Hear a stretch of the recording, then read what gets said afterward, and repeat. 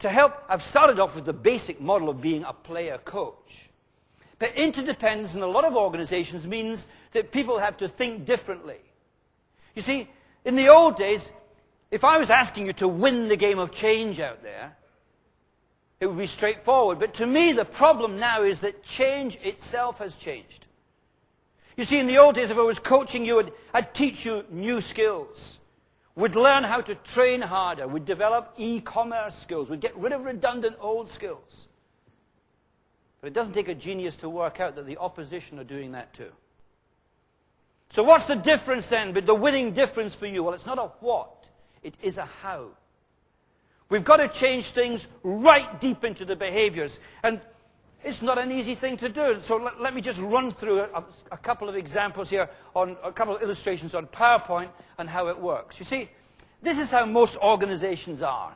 There's a level of person from board through to work teams. You'll have your own terminology, but you know what I'm talking about.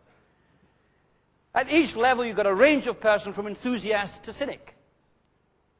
Outside to the left, there are nutcases. Outside to the right, there are terrorists. Right? Hopefully, in our team, we do not have too many nutcases and terrorists. We don't. We don't have too many nutcases and terrorists, no. But we do know we have this range of persons from the enthusiast to cynic. We know this, and yet in some organizations, when they're trying to change how we behave, this is what they do. The board agree what they're going to do. They pass it one level down. Senior managers know better, so they compromise it straight away. It comes one level after that, they either acquiesce or accept. One level after that, they receive it. And by the time it gets to the people who can use it, they ignore it. Because they've heard it all before. Another nutty idea from the top. A sheep dip, a flavor of the month. And we know how to deal with these. We just keep our heads down. We wait for it to go quiet. Then we stand up and behave the way we always did. So this just doesn't work. And it doesn't work because there are three populations up there. Do you see them in yellow? Those who commit, those who comply, and those who condemn what we're trying to do. Now think very carefully as coaches. Who do you think are the most dangerous of these three populations? Anyone? Anyone? No, I'm glad you said that. I planted him in the audience to give me a wrong answer.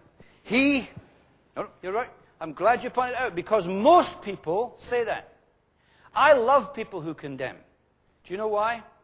They've made an art form out of finding problems. I can solve a problem. Think about it. I can solve a problem if you tell me what it is. I can't if you don't.